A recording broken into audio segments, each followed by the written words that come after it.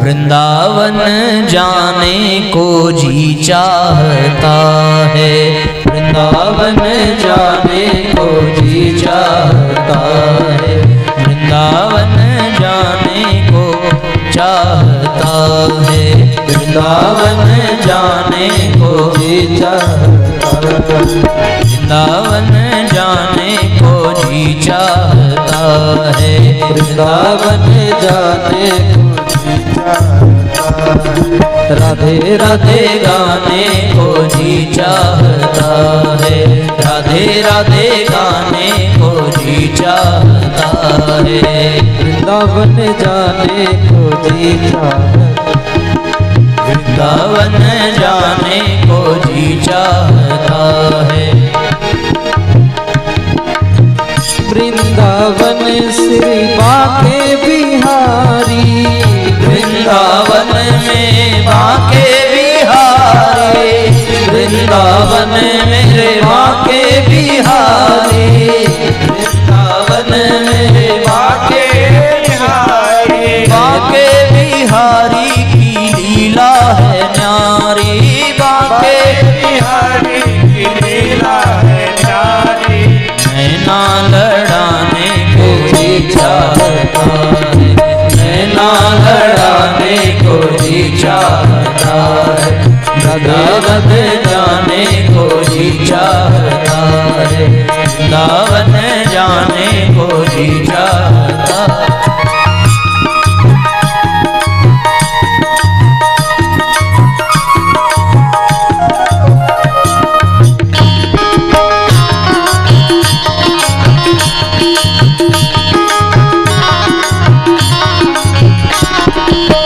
वृंदावन में जमुना महारानी, वृंदावन में जमुना महारानी, वृंदावन में जमुना महारानी, वृंदावन में जमुना महारानी, गोता लगाने को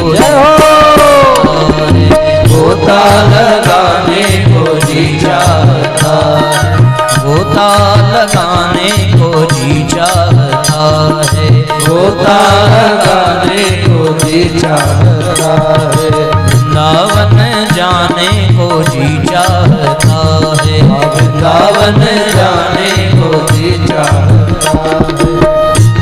वृंदावन में भगवान निवास करने लगे। भगवान थोड़े बड़े हुए और गाय चराने के लिए अपने मित्रों के साथ वन की ओर जाने लगे। वहां भगवान ने वत्सासुर का उद्धार किया, अघासुर का उद्धार किया, बकासुर का उद्धार किया। ये सभी एक एक प्रकार के दुर्गुण हैं और इन दुर्गुणों को भगवान मिटा करके अपने भक्तों को निहाल करते हैं, सुरक्षित करते हैं। आज एक बड़ी विचित्र घटना घटी है। जब भगवान गाय चराने के लिए ग्वाल वालों के साथ गए तो सब अपने अपने घर से कुछ न कुछ दोपहर का भोजन लेकर के जाते हैं।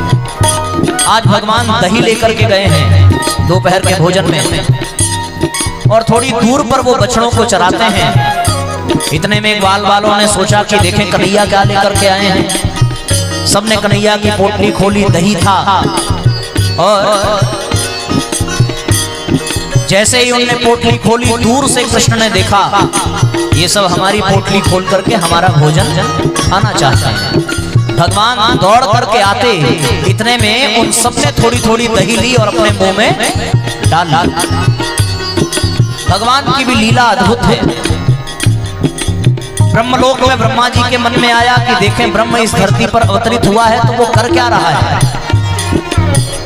और जैसे ब्रह्मा जी ने नीचे देखा तो उनको एक अजीब सा दृश्य दिखा कि भगवान दौड़ करके आए और उनके ग्वाल वालों ने जो मुंह में दही खाई थी उनके मुंह में से भगवान ने दही निकाली और दही निकाल करके अपने मुंह में धारण किया। जब भगवान ने उनके मुंह से दही निकाली तो उन ग्वाल वालों ने भी छोड़ा नहीं, वो भगवान की उंगलियां चाटने लगे कि आज तो दही बड़ी मीठी लग रही है। आज दधी मीठो मदन गोपाल, आज दधी मीठो मदन गोपाल, आज दधी मीठो मदन गोपाल,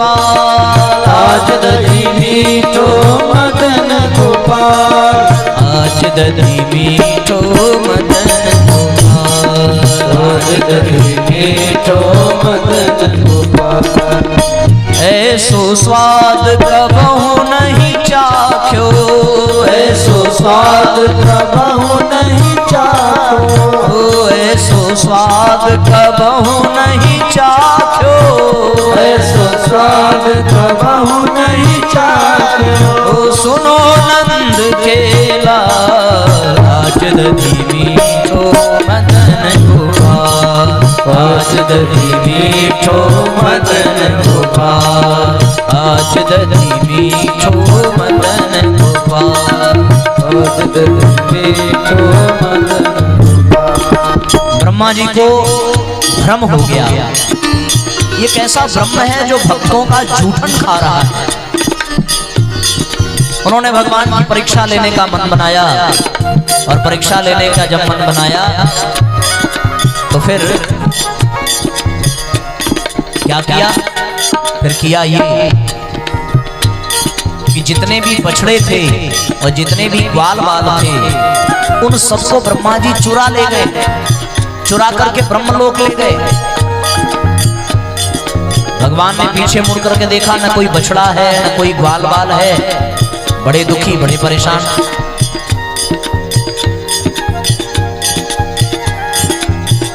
परिणाम क्या निकला?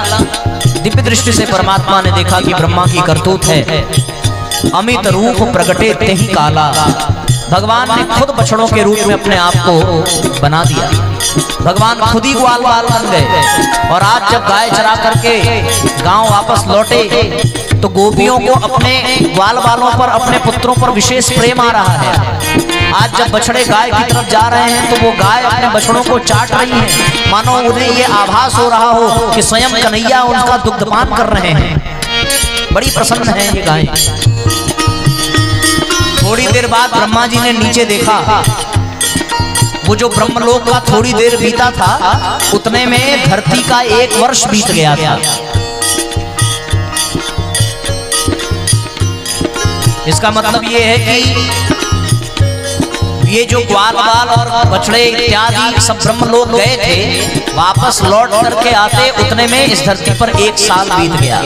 यदि वो ग्वाल बाल 5 वर्ष के थे तो जब लौट कर आए तो वो 6 साल के हो गए।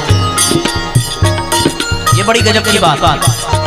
ब्रह्मा समझ गए कि ये परमात्मा ही कर सकते हैं, जो उन्होंने पल भर में संकल्प मात्र से एक नई सृष्टि बना ली, इतने ग्वाल बाल और इतने बछड़े बना दिए। अपनी गलती का एहसास हुआ, लौट करके आए और भगवान के श्री चरणों में मस्तक झुका करके क्षमा मांगी है, निवेदन किया है कि भगवान मुझे इस सृष्टि को बनाने के लिए आपकी कृपा और संसाधनों की आवश्यकता पड़ती है, पर आप तो साक्षात ब्रह्म हैं। बिना किसी सामग्री के, बिना किसी संसाधन के, केवल संकल्प मात्र से आप सृष्टि का निर्माण कर सकते हैं। मैं आपको पहचान नहीं पाया। ब्रह्मा जी के अहंकार को नष्ट किया है भगवान ने और क्षमा करके ब्रह्मा जी को ब्रह्मलोक भेजा है। आगे चलकर बलराम जी ने धेनुकासुर का उद्धार किया और एक समय ऐसी सूचना मिली कि यमुना की नदी में जितने भी पशु पानी पीते हैं वो सब मर जाते हैं। भगवान ने योजना बनाई है यमुना के जल को स्वच्छ करने का। सभी ग्वाल बालों को लेकर के परमात्मा खेल खेल के बहाने यमुना के तट पर पहुंचे। गेंद उछाली और जैसे ही गेंद उछाली, गेंद कहाँ गई? यमुना में।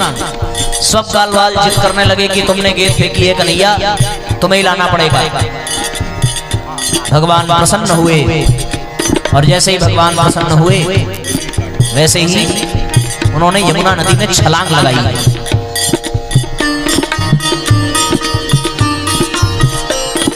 ये जो कालिया नाग है, ये कालिया नाग अनियंत्रित मन का प्रतीक है और ऐसा मन जो इंद्रियों के विषय भोगों में रमा रहता है। मन को कभी मारा नहीं जा सकता, मन का दमन किया जाता है। इसलिए भगवान ने इंद्रियों में फंसे हुए, इंद्रियों के विषय भोगों में फंसे हुए मन को मारने के लिए नहीं, उसके दमन की प्रेरणा दी है। वो कालिया नाग को मारते नहीं है, कालिया नाग का निग्रह करते हैं, दमन करते हैं।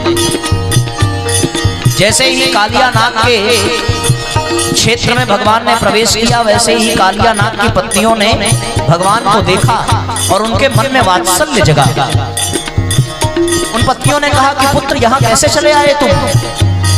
यदि हमारे पति जाग गए तो वो तुम्हें मृत्युदंड देंगे, वो बड़े क्रोधी हैं। भगवान ने कहा माताओं, मैं आपके पति को जगाने ही आया हूं। उनके मना करने के बाद भी भगवान ने अपने पैर से कालिया नाग के ऊपर प्रहार किया और वो कालिया नाग बड़े क्रोध में जगा और भगवान के ऊपर विष का प्रहार करने लगा। भगवान के ऊपर विष का प्रहार किया, परमात्मा ने उस विष से स्वयं को बचाया। कालिया नाग ने परमात्मा को लपेट करके मारना चाहा। भगवान ने अपने शरीर को थोड़ा विस्तार दिया।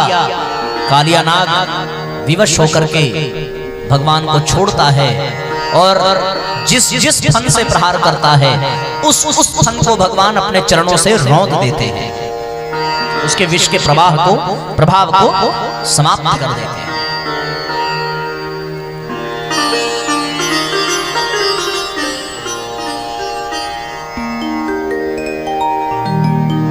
कालिया नाग को हारता हुआ देखकर, लहूलुहान देखकर कालिया नाग की पत्नियों ने प्रार्थना की है कि तुमने हमें माता कहा है, क्या कोई अपनी माता को, माता के सुहाग को छीनता है?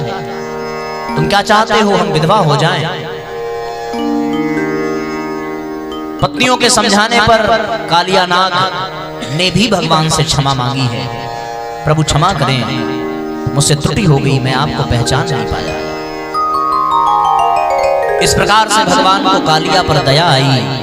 कालिया नाग से भगवान ने कहा कि तुम यमुना छोड़ दो, यहाँ हमारे पशु जल ग्रहण करते हैं, हमारे गांव के सभी ग्वालें यहाँ से जल भर कर ले जाती हैं, इसलिए तुम किसी और स्थान पर चले जाओ। रमणक द्वीप पर जाने के लिए कहा।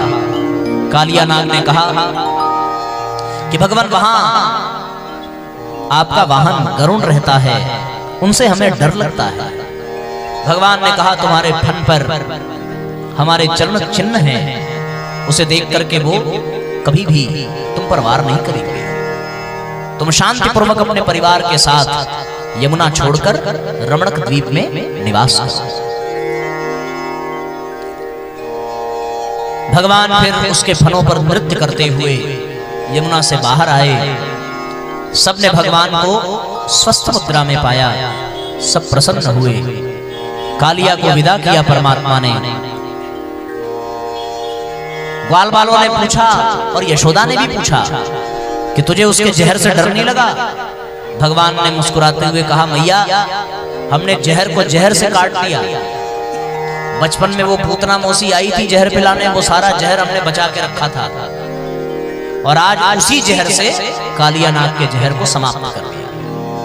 भगवान ने अपनी अंतर्दृष्टि से देखा कि कालिया के जहर से यमुना विषैली हुई और उसी यमुना के विषैले जल से पलने वाले पेड़ पौधों में जो फल लगे हैं उन सब में विष का असर है। ये ग्वाल बाल अभी भूख के मारे विष वाले फल को ही खाएंगे, इसलिए भगवान ने अपनी इच्छा से उस वन में आग लगाई जिससे कि जितने भी जहरीले पौधे और जल हैं समाप्त हो जाए। भगवान ने फिर उस अग्नि से सबको बचा करके वापस अपने अपने स्थान पर पहुंचाया। भगवान आज थोड़े और बड़े हुए और परमात्मा ने पहली बार अपने हाथों में मुरली ली है और बंशी का तान छेड़ा है।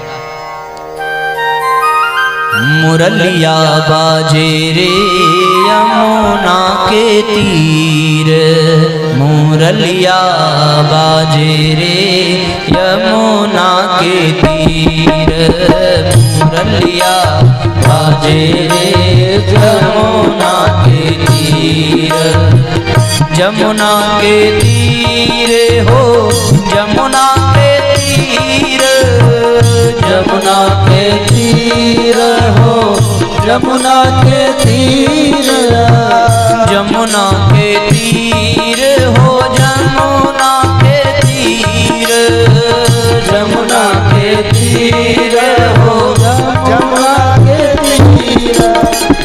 मुरलिया बाजे रे जमुना के तीर, मुरलिया बाजे रे जमुना के तीर।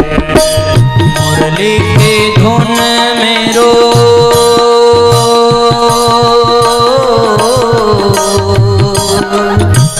मुरली की धुन में रो मन हर लीनो, मुरली के धुन में रो मन हर लीनो। चित धरत नहीं धीर हो, चित धरत नहीं धीर। ओ मुरलिया बाजे रे यमुना के तीर, मुरलिया बाजे रे जमुना के तीर।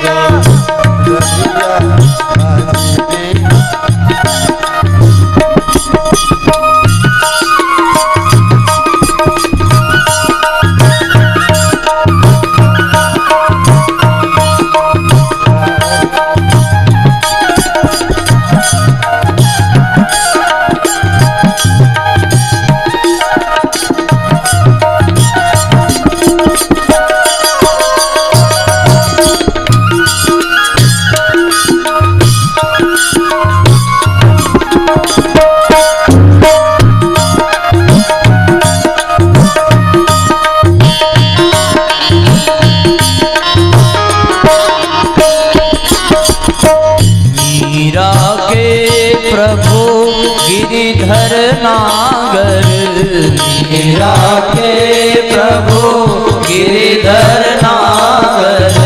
चरण कमल की सीर हो, चरण कमल पर सिर। मुरलिया बाजे रे यमुना के तीर, मुरलिया बाजे रे जमुना के तीर। मुरलिया को बजाया है भगवान ने, और जब गोपियों ने भगवान को मुरली बजाते हुए देखा तो गोपियों को थोड़ी ईर्ष्या हुई। उन गोपियों ने बांसुरी को देख करके जलन उनके मन में पैदा हुई, क्योंकि वो गोपियां भगवान से प्रेम करती हैं, वो अपने भगवान को अपना प्रियतम मानती हैं।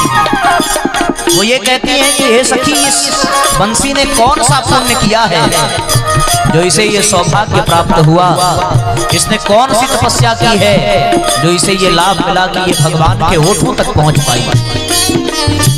किसी सखी ने उत्तर दिया कि इसने बहुत बड़ी तपस्या की है, इसे सबसे पहले इसके परिवार से अलग किया गया वन में से, और परिवार से अलग करने के पश्चात इसके टुकड़े टुकड़े किए गए, टुकड़ों में बटी है ये बांसुरी।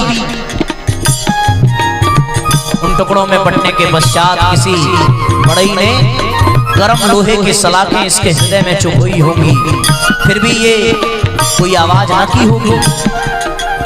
इतना दर्द जो सहता है वही भगवान के होठों तक पहुंच पाता है। किसी ने एक और भाव दिया कि बांसुरी इसलिए भगवान के होठों तक पहुंच पाई क्योंकि अंदर से बिल्कुल खाली है, बिल्कुल पोली है, इसके अंदर कोई कचरा नहीं भरा हुआ है, ये एकदम पवित्र है, निर्मल है, तभी ये भगवान के होठों तक पहुंच पाई।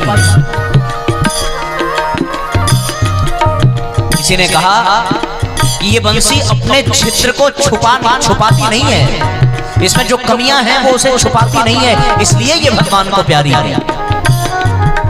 किसी ने ये भी भाव दिया कि भगवान जैसा बजाना चाहते हैं बिना विरोध के ये वैसा बजती है, इसलिए ये भगवान तक पहुंची है। ब्रज जीवन होठन के तकिए,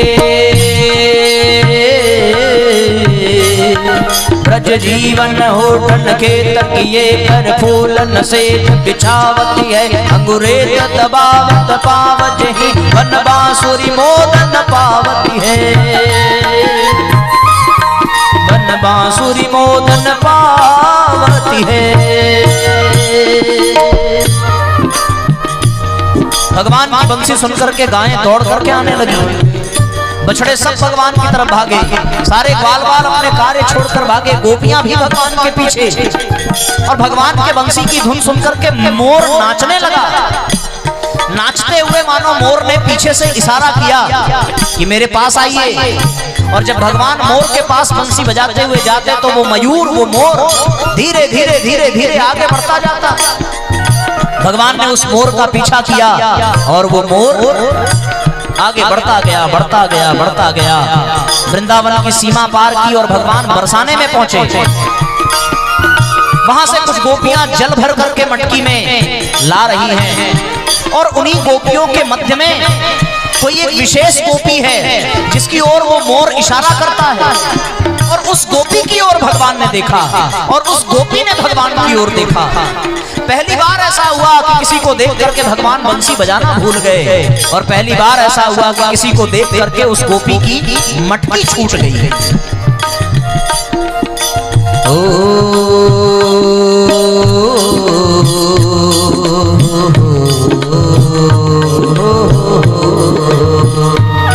मटकी भर राधे जमुना जल की, बिखरी जुल्फें गल पर लटकी।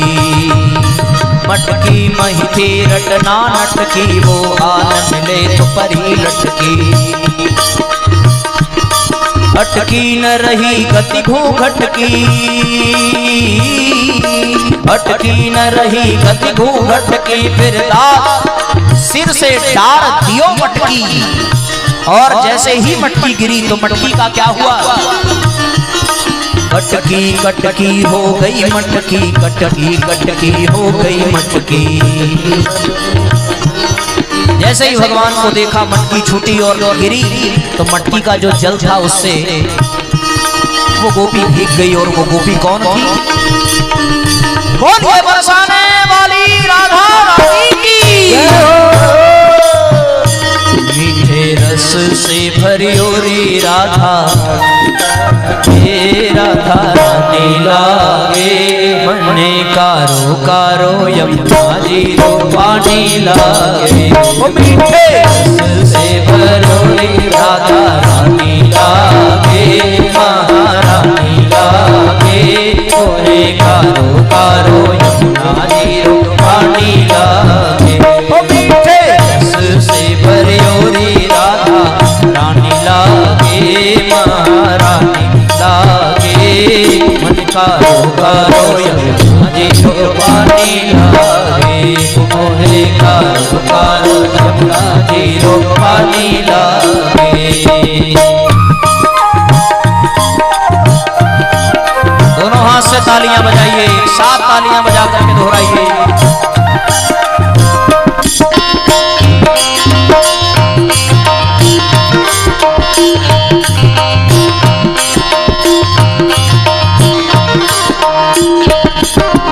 जमुना मैया कारी कारी राधा गोरी गोरी।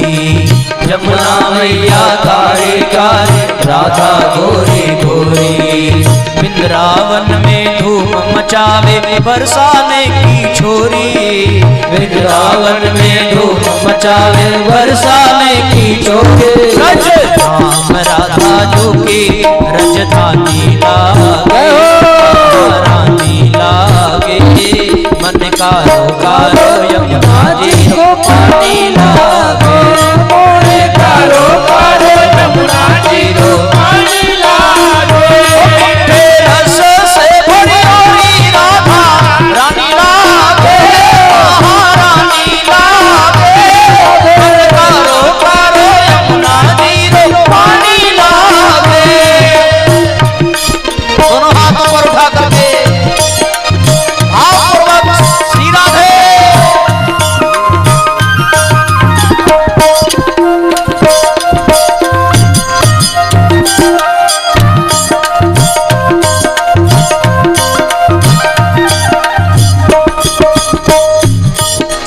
कान्हा नित मुरली में तेरे सुमिरे बारंबार।